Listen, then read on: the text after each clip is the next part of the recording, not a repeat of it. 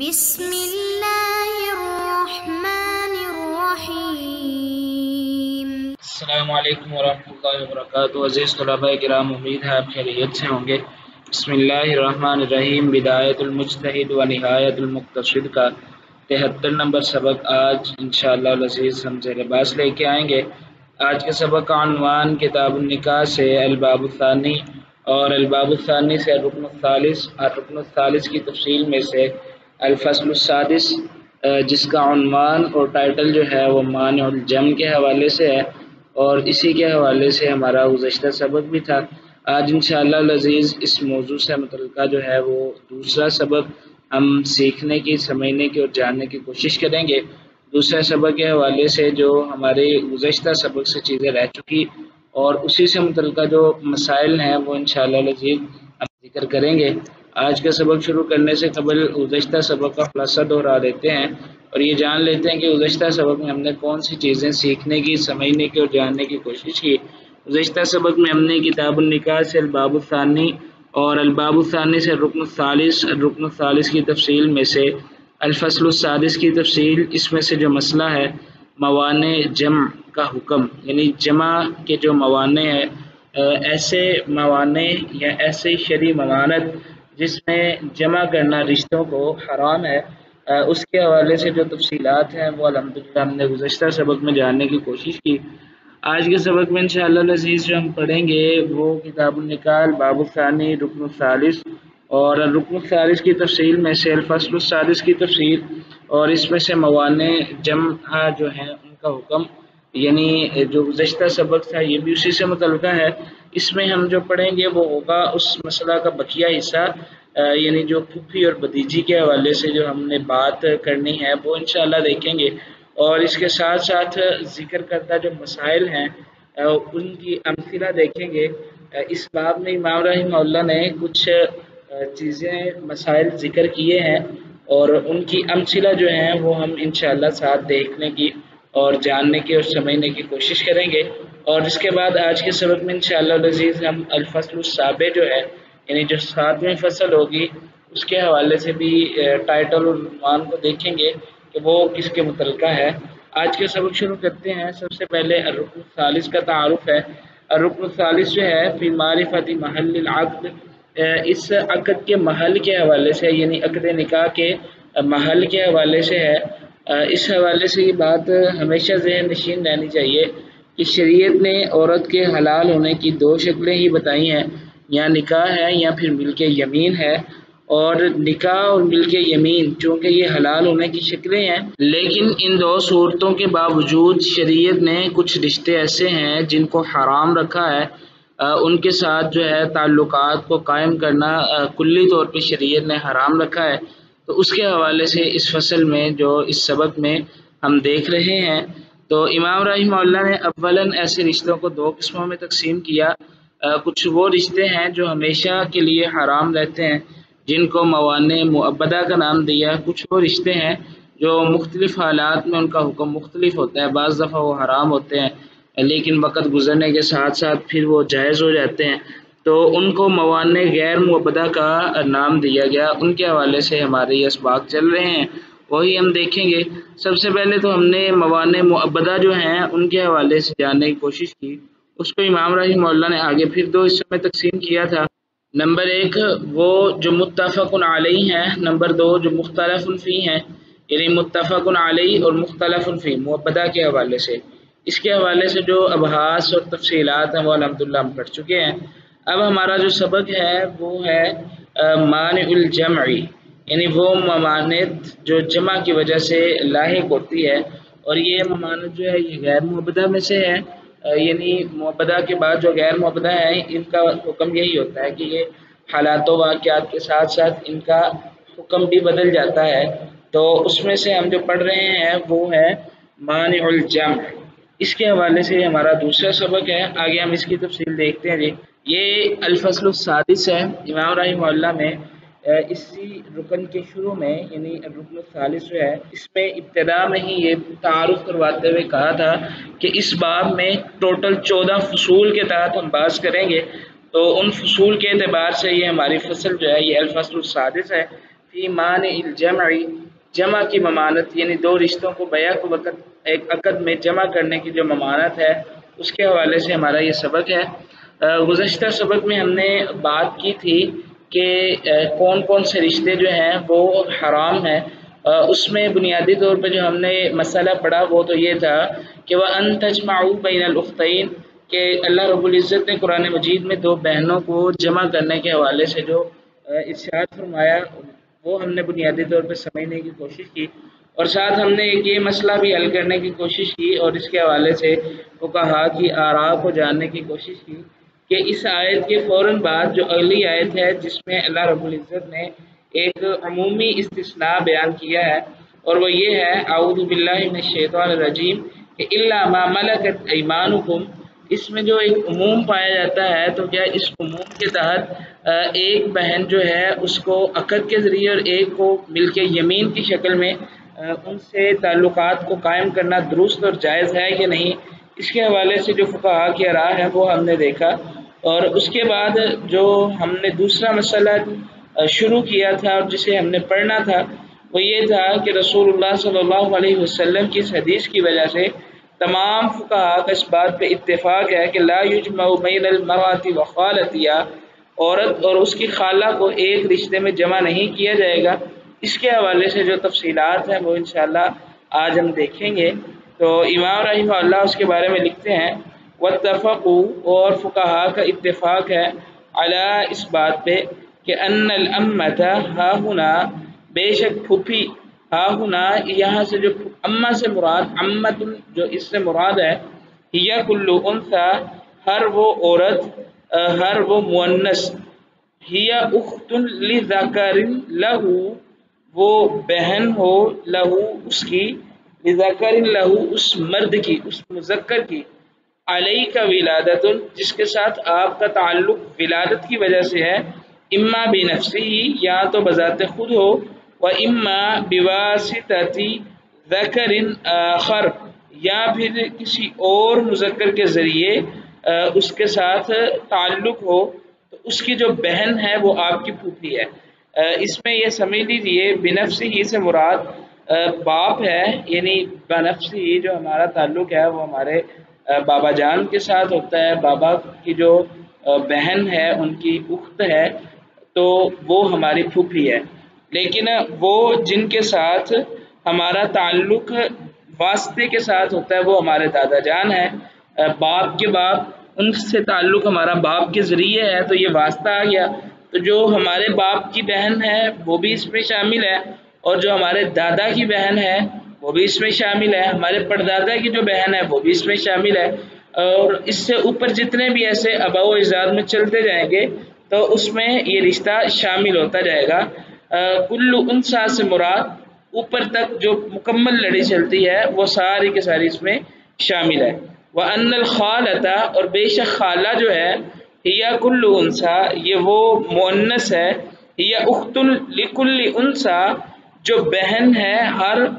اس مؤنث کی، لکل انثی مؤنث کی، لہا علیک ولادت جس کے ساتھ آپ کا تعلق ولادت کی وجہ سے ہے، اما بنفسہا یا تو بذات خود ہو، و اما اور یا اگر بذات خود نہیں ہے تو پھر بتوسط انثی غیرہا، یا اس کے علاوہ کسی اور مؤنث کے توسط سے ہو تو پھر بھی وہ اسی میں شامل ہے۔ وَهُنَّ الْحُرَّاتُ مِنْ قِبَلِ الْأُمِّ، اور یہ جو ساری عورتیں ہیں یہ آزاد بھی ہوں من قبل الأم، ماں کی طرف سے۔ یہاں پہ امام رحمہ اللہ نے پہلے پھوپھی اور خالہ کی تعریف کی کہ اس سے مراد کون سی شخصیات ہو سکتی ہیں، تو پھوپھی کی تعریف وہ ہے کہ ہر وہ مؤنث جو آپ کے باپ یا باپ کے باپ یا اوپر تلک جو رشتے اسی طرح باپ کے ذریعے ہے سے بنتے ہیں ان کی بہن ہو، باپ کی بہن ہو یا باپ کے واسطے سے جو رشتے مذکر بن رہے ہیں ان کی بہن ہو، تو پھوپھی کے درجے میں وہ عورت شامل ہے۔ اور خالہ جو ہے اس کے لیے ضروری یہ ہے کہ وہ ماں کی طرف سے ہو اور اس کا ماں کے ذریعے سے تعلق بنے، یعنی ہماری ماں کی بہن اور ماں کی بہن، یعنی ہماری نانو جو ہیں ان کی بہن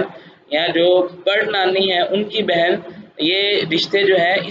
اسی طرح اس میں اوپر تلک چلیں گے۔ تو یہ امام رحمہ اللہ نے پھوپھو اور خالہ کی جو تعریف ہے وہ بیان کی۔ آگے امام رحمہ اللہ فرماتے ہیں واختلفوا، فقہا کا اختلاف اس مسئلہ میں یہ ہے کہ هل هذا من باب الخاص ارید به الخاص، کیا یہ خاص کے باب سے اس کا تعلق ہے اور ارید به الخاص اور اس سے خاص ہی مراد لیا گیا ہے، ام ہوا من باب الخاص، یا اس کا تعلق تو خاص کے باب سے ہے، ارید به العام لیکن اس سے مراد جو ہے وہ عام لیا گیا ہے، اس کے معنی مفہوم کو عام لیا گیا ہے۔ یہاں پہ آپ سمجھ لیں کہ من باب الخاص ارید بالخاص کہ جو نام لیے گئے ہیں اس سے مراد وہی خاص صرف ایک دو شخصیات ہیں، یا یہ نام تو لیے گئے ہیں خاص صرف رشتوں کے، عمت خالت وغیرہ وغیرہ، لیکن ان سے عام یہ عموم مراد ہے، اس میں آگے جو ان کے ذریعے سے رشتے ہوں گے وہ بھی حرام ہوں گے۔ کیا اس سے یہ مراد ہے؟ والذین قالوا، وہ لوگ جنہوں نے کہا ہوا من باب الخاص، یہ خاص کے باب سے اس کا تعلق ہے، ارید به العام لیکن اس سے مراد جو ہے وہ عام چیز لی گئی ہے، اختلفوا انہوں نے پھر اختلاف کیا ہے کہ ای عام هو المقصود به، اس سے کون سا عام مراد ہے پھر، یعنی اگر خاص کے باب ہے اور مراد اس سے عموم ہے تو پھر کون سا عموم اس سے مراد ہے، پھر اس چیز میں اختلاف ہو گیا۔ فقال قوم، ایک قوم نے کہا یعنی فقہا کے ایک گروہ نے کہا، وہم الاکثر اور وہ کثرت رائے رکھنے والے ہیں اور وہ تعداد میں بڑھ کے ہیں، وعلیہ الجمہور اور اسی بات پہ جمہور کا بھی قول ہے، من فقہاء الامصار جو بڑے بڑے فقہا ہیں شہروں سے، ان کا یہی قول اور یہی ان کا موقف اور رائے ہے، وہ خاص ارید به الخصوص فقط کہ یہ خاص ہے اور اس سے خاص ہی مراد ہے، وَأَنَّ التَّحْرِيمَ بے شک جو حرمت ہے، لا يتعدى الى غیر من نص علیہ جو حرمت ہے لا يتعدى نہیں وہ بڑھتی یا آگے بڑھتی، جو ایک حکم دیا گیا اس سے آگے زائد نہیں ہوتی، الى غیر غیر کی طرف من نص علیہ کہ جس کی طرف نص ہے اس کے علاوہ کی طرف یہ آگے نہیں بڑھتی۔ وقال قوم بعض لوگوں نے کہا وخاص یہ لفظ تو خاص ہے، والمراد به العموم اور اس سے جو مراد لیا گیا وہ عموم ہے، وهو الجمع بین كل امرأتین بینهما رحم محرمة او غیر محرمة فلا يجوز الجمع عند هؤلاء بین ابنتی ام او عمت ولا بین ابنتی خال او خالت۔ اب یہاں پہ یہ جن فقہا کی رائے یہ ہے کہ یہ لفظ تو خاص ہیں لیکن ان سے مراد عموم لیا گیا ہے، ان کے نزدیک یہ ہے کہ وَهُوَ الْجَمْعُ بَيْنَ كُلِّ امْرَأَتَيْنِ ان دو عورتوں کو جمع کرنا، بینہما رحم محرمہ او غیر محرمہ جن کے درمیان حرمت والا رشتہ ہو یا نہ ہو، یعنی اگر وہ رشتہ دار ہیں قریبی ہیں ان کے درمیان حرمت والا ہے یا نہیں ہے، بعض قریبی رشتے ہیں لیکن وہ حرمت والے رشتے نہیں ہیں، تو حرمت والا ہو یا نہ ہو، فلا يجوز الجمع عند هؤلاء ان فقہا کے نزدیک ان کے درمیان پھر جمع کرنا جائز ہی نہیں ہے۔ اور امام ابن رشد رحمہ اللہ نے اس کی آگے مثال سے وضاحت کی کہ بین ابنت عم او امہ ان کے نزدیک چچا کی بیٹی اور پھپھو کی بیٹی ان دونوں کو ایک عقد میں جمع کرنا جائز نہیں ہے، اور اسی طرح ولا بین ابنت خال او خالہ ماموں کی بیٹی اور خالہ کی بیٹی کو ایک عقد میں جمع کرنا جائز نہیں ہے، جبکہ یہ قول فقہا کے نزدیک جمہور کے نزدیک اور قرآن مجید کی نص کے مطابق یہ درست نہیں ہے۔ قرآن مجید کی نص اس حوالے سے یہ ہے کہ اللہ رب العزت نے سورۃ الاحزاب میں جو رشتے بیان کیے جن سے نکاح کی اجازت دی گئی، جس کی ابتدا اللہ رب العزت نے اس آیت سے فرمائی اعوذ باللہ من الشیطان الرجیم یا ایھا النبی انا احللنا لک ازواجک اللاتی آتیت اجورہن، یہاں سے اللہ رب العزت نے جو ابتدا فرمائی ان الفاظ سے، اس میں اللہ رب العزت یہ فرماتے ہیں کہ وبنات عمک وبنات عماتک وبنات خالک وبنات خالاتک کہ پھپھو کی بیٹی اور چچو کی بیٹی، ماموں کی بیٹی اور خالہ کی بیٹی یہ ساری کی ساری جائز ہیں، اور ان کو ایک عقد میں جمع کرنا بھی درست ہے، کیونکہ یہ ایسا رشتہ نہیں بن رہا جس میں حرمت کا کوئی پہلو موجود ہو۔ اور اسی طرح پھر دوسری شکل اس کی یہ ہے کہ ولا بین المرأتی، اور نہ ہی عورت کے درمیان و بنت عمیہا و او بنت عمتہا، یا اس کے چچا یا پھپھی کی بیٹی کے درمیان۔ اب جو حدیث میں حرمت آئی ہے وہ تو یہ ہے کہ عورت اور اس کی پھپھی کو ایک نکاح میں جمع نہیں کیا جا سکتا۔ اب جن فقہا نے اس کو خاص لفظ کو خاص کیا ہے لیکن اس سے مراد عموم لیا ہے، ان کے نزدیک یہ ہے کہ اگر ایک شخص کسی عورت سے نکاح کرتا ہے تو جب تک وہ اس کے عقد میں موجود ہے، عقد میں موجودگی کے اعتبار سے وہ اس عورت کی جو پھپھی کی بیٹی ہے یا چچا کی بیٹی ہے ان سے بھی نکاح نہیں کر سکتا، اور وجہ حرمت یہی ہے کہ یہ لفظ خاص ہے، ارید بہ العموم، لیکن اس سے مراد عموم ہے، اور جنہوں نے عموم مراد نہیں لیا ان کی رائے اور موقف یہاں پہ اور ہے، وہ آگے ہم انشاءاللہ دیکھتے ہیں۔ یہ متن پڑھ لیں، او بینہا و بین بنت خالتہا، یا اسی طرح پھپھو کے علاوہ خالہ کی بیٹی کو بھی جمع کرنا وہ جائز اور درست نہیں سمجھتے۔ وقال قوم، اور ایک گروہ جو ہے فقہا کے ایک گروہ نے اس چیز کو جائز قرار دیا، اور ان کے نزدیک یہ ہے کہ انما یحرم الجمع، کہ حرام ہے جمع کرنا، بین کل امراتین، دو عورتوں کو، بینہما قرابت محرمہ، جن کے درمیان ایک قرابت والی جو حرمت ہے، جو قریبی رشتے والی حرمت ہے وہ ہو۔ آنی میری مراد یہ ہے کہ لو کان احدہما ذکرا والآخر انثی، اگر ایک کو ان میں سے مذکر بنا لیا جائے اور دوسرے کو مؤنث بنا لیا جائے، لم یجوز لہما، نہیں ہے جائز ان دونوں کے لیے، ان یتناکحا، کہ وہ دونوں آپس میں نکاح کر لیں۔ یہاں پہ امام رحمہ اللہ نے ایک مسئلہ ذکر کیا ہے، اور وہ مسئلہ یہ ہے کہ امام رحمہ اللہ نے ایک اصول بنا دیا کہ اگر ہم نے رشتوں کی حرمت کو جانچنا ہے تو اس اعتبار سے جانچ لیں کہ اگر کوئی بندہ دو عورتوں کو ایک عقد میں جمع کرنا چاہ رہا ہے تو فرضی طور پہ ایک عورت کو ان میں سے مذکر فرض کر لے، اور پھر دیکھے کیا اس مذکر کا اس عورت سے نکاح کرنا جائز ہے۔ اگر تو نکاح کرنا جائز ہے تو پھر ان دونوں کو ایک عقد میں جمع کرنا بھی جائز ہے، اور اگر ایک عورت کو مذکر فرض کر کے دوسری کے ساتھ اس کا نکاح کرنا درست نہیں تو پھر ان دونوں کو ایک عقد میں جمع کرنا بھی جائز نہیں ہے۔ یہ امام رحمہ اللہ نے ذکر کیا۔ وَمِنْ هَؤُلَاءِ مَنِ اشْتَرَطَ فِي هَذَا الْمَعْنَى، اور جنہوں نے اس میں یہ شرط لگائی ہے کہ أَن يُعْتَبَرَ هَذَا مِنَ الطَّرَفَيْنِ جَمِيعًا، کہ اس معاملے میں دونوں طرفین جو ہے دونوں کو دیکھیں گے، یعنی ایک دفعہ ایک طرف عورت کو مذکر فرض کر کے دوسری عورت کے ساتھ اس کا رشتہ دیکھیں گے، اور پھر دوسری دفعہ جو دوسری عورت ہے اس کو مذکر فرض کر کے پہلی عورت کے ساتھ اس کا رشتہ دیکھیں گے۔ تو یہ دونوں رشتے دیکھنے کے بعد اگر محسوس ہو کہ ان کا نکاح آپس میں ہو سکتا ہے، اگر یہ مذکر اور مؤنث ہوں، تو پھر ان دونوں کو ایک عقد میں جمع کرنا بھی جائز ہے۔ آنی میری مراد یہ ہے کہ اذا جعل کل واحد منہما ذکرا، جب ان دونوں میں سے کل واحد ہر ایک کو بنایا جائے گا ذکرن مذکر، والآخر انثی، اور دوسری عورت کو مؤنث بنایا جائے گا، تو فلم یجوز لہما ان یتناکحا، پس اگر ناجائز ہوا ان دونوں کے لیے نکاح کرنا آپس میں، فہؤلاء لا یحل الجمع بینہما، تو پھر اس وقت ان دونوں کو ایک عقد میں جمع کرنا بھی جائز نہیں ہے۔ وَإِمَّا، اور اگر ان جعل فی احد الطرفین ذکر،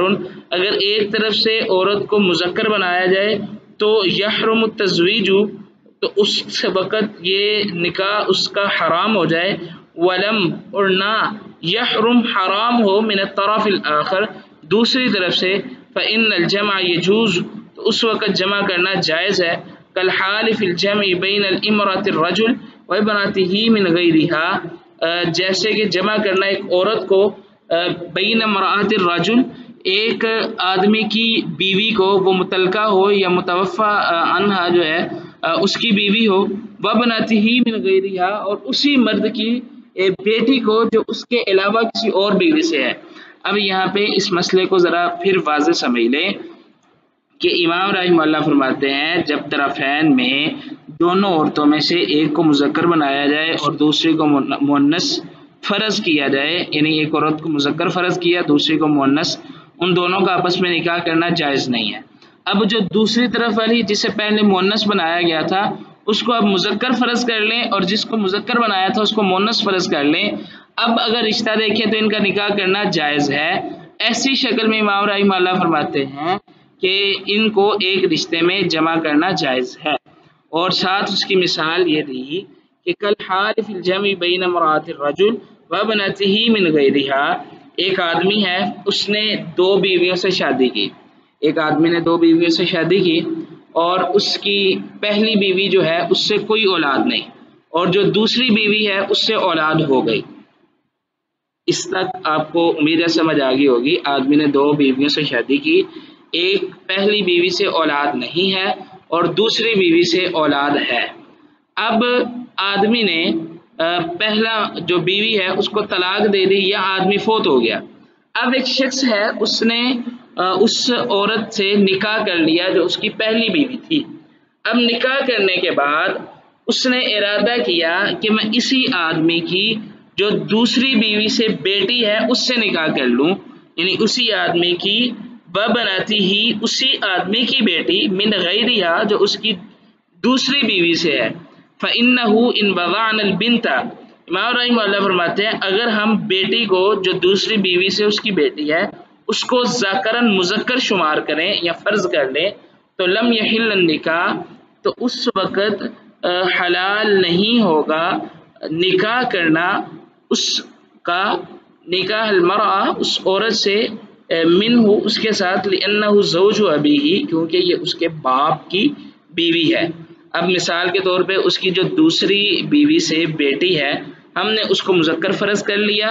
تو اس کا ہم نے دوسری بیوی کے ساتھ یعنی جو اس کی پہلی بیوی تھی اس آدمی کی اس کے ساتھ رشتہ دیکھا تو یہ مذکر ہے، تو مذکر کے اعتبار سے یہ اس کے باپ کی بیوی ہے، تو اس وقت تو پھر ان کا نکاح جو ہے وہ جائز نہیں ہے۔ وَإِن جَعَلْنَا الْمَرْأَةَ ذَكَرًا، اور اگر ہم نے جو پہلی بیوی ہے اس کو مذکر شمار کیا، حل لها نکاح ابنتہ الزوج، تو پھر نکاح جو ہے جائز ہے ابنتہ الزوج اس خاوند کی بیٹی سے، لأنها اس وجہ سے کہ تکون الابنہ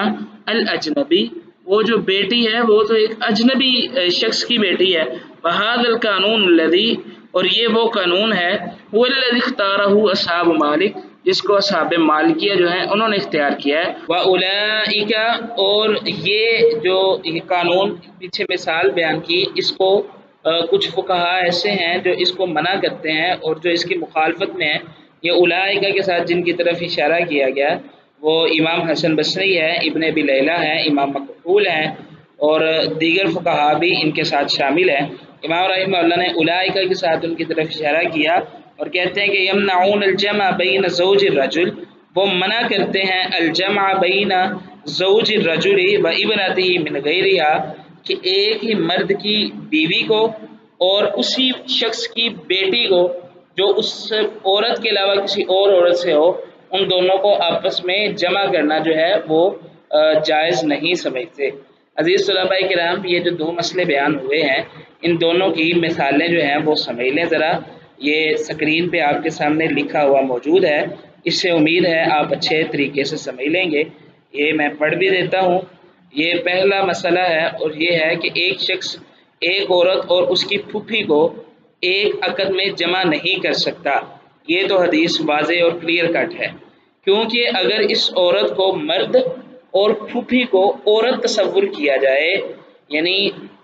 جس عورت سے اس نے نکاح کیا اس عورت کو ہم فرضی طور پہ مرد سمجھ لیں اور پھوپھی کو عورت تصور کیا جائے تو یہ رشتہ پھوپھی اور بھتیجے کا بنتا ہے، چونکہ شرعاً ان دونوں کا نکاح حرام ہے، اس لیے یہ دونوں عورتیں ایک عقد میں جمع نہیں ہو سکتی۔ اسی طرح اگر پھوپھی کو مرد اور عورت کو عورت تصور کیا جائے، یعنی جو پھوپھی ہے اس کو مرد فرض کیا گیا اور جو عورت ہے اس کو عورت ہی رکھا گیا، تو یہ رشتہ چچا اور بھتیجی کا بنتا ہے، اس لیے ان دونوں عورتوں کا ایک عقد میں جمع کرنا بھی منع کیا گیا۔ یہ پہلا مسئلہ ہے جو امام رحمہ اللہ نے فرمایا کہ ان میں سے ہم ایک کو مذکر شمار کر کے یا فرض کر کے دیکھیں، اگر تو رشتے میں جمع کرنا ممکن ہے تو پھر عقد میں جمع کرنا بھی جائز اور درست ہے۔ دوسری شکل اس میں یہ ہے، جو دوسرا مسئلہ ہم نے آخر پہ پڑھا، اس کی مثال یہ ہے کہ ایک شخص کسی متوفی کی بیوی سے نکاح کرتا ہے، یعنی ایک شخص فوت ہو گیا، اس کی جو بیوی ہے اس سے کسی شخص نے نکاح کر لیا، پھر اس متوفی کی دوسری بیوی کی لڑکی کو بھی اپنے عقد میں جمع کرنا چاہتا ہے۔ اس میں دوسری بیوی کا خیال رکھیے کہ ایک بیوی سے تو اس نے نکاح کر لیا، اب جس لڑکی کو عقد میں جمع کرنا چاہتا ہے وہ دوسری بیوی سے ہے۔ یہ صورت ایک گروہ کے نزدیک جائز ہے اور دوسرے گروہ کے نزدیک ناجائز ہے۔ جو جائز ہیں وہ صحاب مالکیہ والے ہیں، اور جن کے نزدیک جائز نہیں ہے وہ امام حسن بصری، امام ابن ابی لیلہ اور امام مقبول اور دیگر فقہا ہیں، کیونکہ اگر ایک طرف سے عورت کو مرد تصور کیا جائے تو شرعاً ان کا نکاح جائز ہے، لیکن اگر دوسری طرف سے عورت کو مرد تصور کیا جائے تو ان کا نکاح ناجائز ہے۔ یہ جو طرفین والا مسئلہ تھا یہ اس کی مثال ہے، اور آگے یہ نیچے پوائنٹ واضح بھی کیا گیا، یعنی اگر دوسری بیوی کی لڑکی کو مرد تصور کیا جائے تو متوفی کی بیوی اس لڑکے کی باپ کی بیوی ہوگی، اور شرعاً ان دونوں کا نکاح حرام ہے، لہٰذا ایک گروہ کے نزدیک ان کا ایک عقد میں جمع کرنا بھی منع ہے۔ دوسری صورت یہ ہے کہ اگر متوفی کی ایک بیوی کو مرد تصور کیا جائے تو متوفی کی دوسری بیوی کی جو لڑکی ہے وہ کسی غیر مرد کی بیٹی ہوگی، جو شرعاً جائز ہے۔ اس لحاظ سے ایک گروہ کے نزدیک ان دونوں کو ایک عقد میں جمع کرنا جائز ہے۔ عزیز طلبہ کرام، یہ مسئلہ تھوڑا سا پیچیدہ ہے، کوشش کی گئی ہے اس کو آسان ترین انداز میں سمجھانے کی۔ اگر آپ کو پھر بھی کوئی ڈاؤٹ ہو تو پھر آپ یوں کیجئے کہ اس میں عورتوں کے نام رکھ کے کاپی پہ لکھیے اور اس انداز سے پھر اس کو حل کرنے کی کوشش کیجئے۔ اب ہم اپنے آج کے سبق میں جو الفصل السابع کا تعارف ہے وہ دیکھ لیں۔ الفصل السابع جو ہے وہ فی موانع الرق، یعنی غلامی کی وجہ سے جو معنی قائم ہوتے ہیں ان کے حوالے سے ہم انشاءاللہ آئندہ سبق میں پڑھیں گے۔ آج کے سبق کا خلاصہ دیکھ لیں۔ آج کے سبق میں ہم نے کتاب النکاح، الباب الثانی الرکن الثالث اور اس کی تفصیل میں سے الفصل السادس کی تفصیل، موانع جمع کا حکم اور اس مسئلہ کا جو بقیہ حصہ ہے وہ جاننے کی کوشش کی۔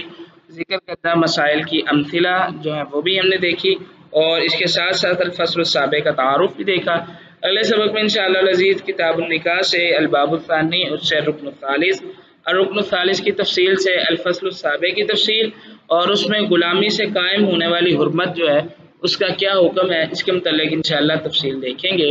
اگلے سبق سے پہلے اب یہ سوال حل کریں۔ سوال یہ ہے کہ موانع جمع سے کیا مراد ہے،